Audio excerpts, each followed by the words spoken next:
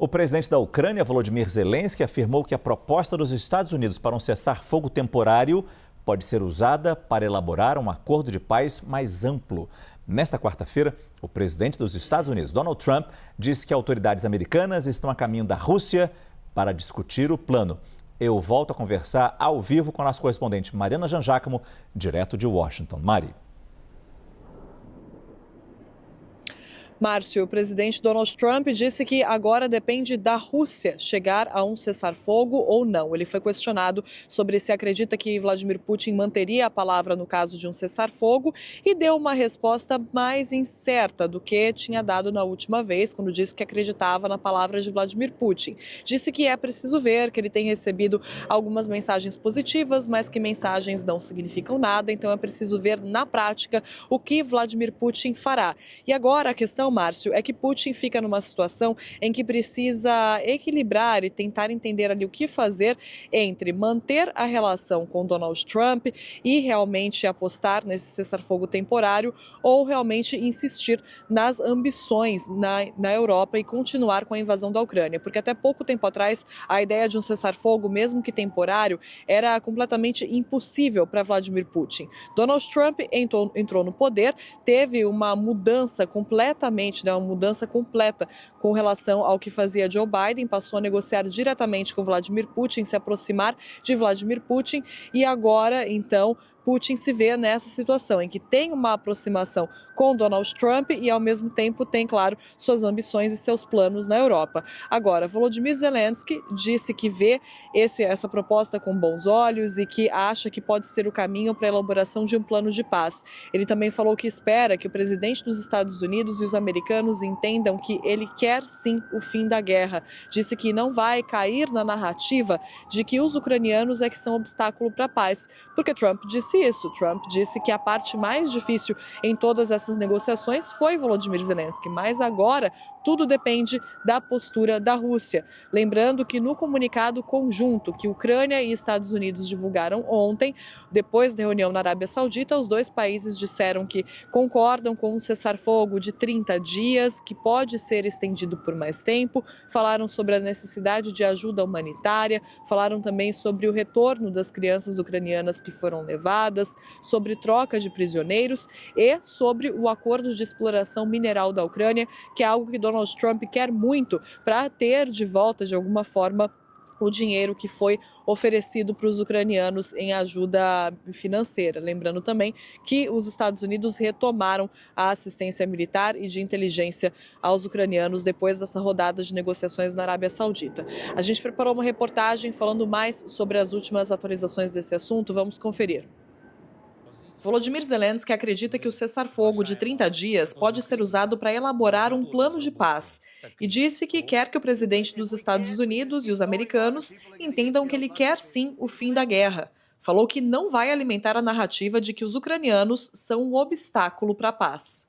У нас є наші пропозиції, але покласти на папір погоджені кроки з нашими союзниками, погоджені кроки і формати тих чи інших гарантій безпеки, які будуть у Україні pісля закінчення цієї війни. Nesta quarta-feira, Donald Trump voltou a reforçar a ideia de que a Ucrânia tem sido a parte mais difícil das negociações. Mas ele reconhece que o cessar-fogo agora depende da Rússia.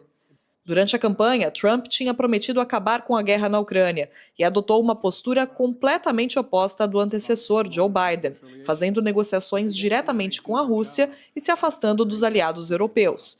Mas agora, a relação entre ele e Vladimir Putin será testada. A comunidade internacional pressiona para que o cessar-fogo finalmente saia.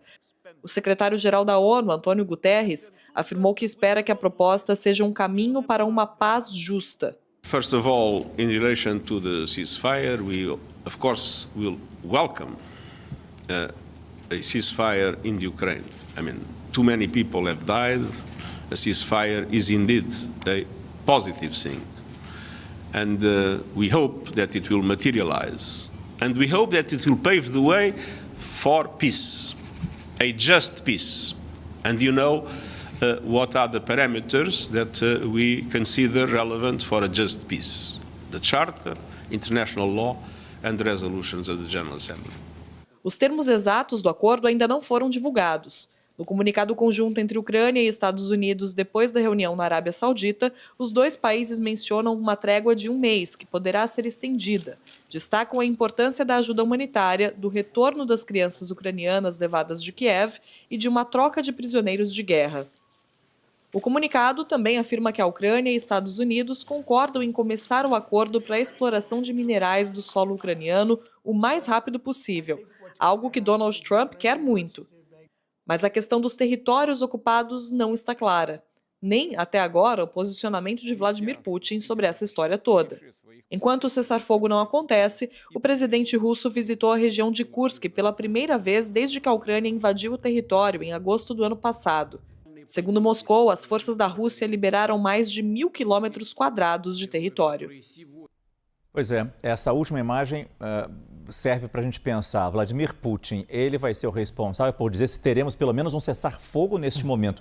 Nem dizendo um acordo de paz, mas um cessar-fogo de 30 dias apenas neste momento. E aí a gente tem a delegação americana a caminho da Rússia, a caminho de Moscou.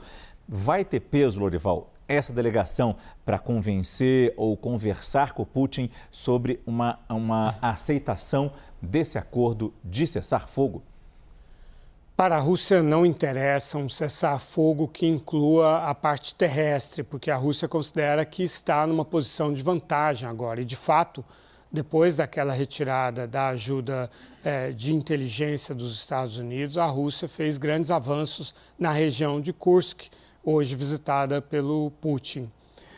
Por isso é que para a Rússia não é aceitável essa parte do acordo, enquanto que ela prefere o cessar-fogo na parte aérea e naval, na qual ela estava com menos vantagem. Agora, o Dmitry Peskov, que é o porta-voz do Putin, em reação ao acordo de ontem, declarou o seguinte: para nós, para a Rússia, é melhor se pudermos atingir os nossos objetivos de forma pacífica e diplomática. Ou seja, a Rússia não desistiu dos seus objetivos, né, de dominar a Ucrânia. Dominar militarmente está muito difícil, a Ucrânia se revelou um pouco espinho, né, algo que não é dominável, consegue criar obstáculos importantes para a Rússia militarmente. Mas existe a opção de dominar politicamente, que, aliás, foi o que o Putin tentou em 2014, quando quis impedir a Ucrânia de se juntar à União Europeia. Foi esse o início do conflito, né? Houve uma revolução na Ucrânia, derrubaram o presidente que estava obedecendo ao Putin e foi por isso que o Putin ordenou a primeira invasão, que ocupou 8% da Ucrânia. Depois ele ocupou mais 12%, hoje são 20%. Mas ele não está conseguindo avançar nisso. Pelo menos não consegue com a ajuda americana à Ucrânia, né? O jogo americano é complexo, é de ameaçar retirar a ajuda da Ucrânia se a Ucrânia não aceitar o cessar-fogo e aumentar a ajuda para a Ucrânia se a Rússia não aceitar o cessar-fogo. É por isso que foi retomada a ajuda militar e de inteligência depois que a Ucrânia aceitou o cessar-fogo. Mas o Putin, ele tem o tempo ao lado dele. Então, o que ele pode é procrastinar, né? Aceitar um cessar-fogo, mas não as condições gerais, e não vai se retirar do território que ele já ocupou, até porque os Estados Unidos não exigem isso. A Ucrânia, sim, insiste nessa tese, mas o fato consumado ali está bastante forte, bastante evidente e com apoio dos Estados Unidos. Muito obrigado mais uma vez, Lorival Santana.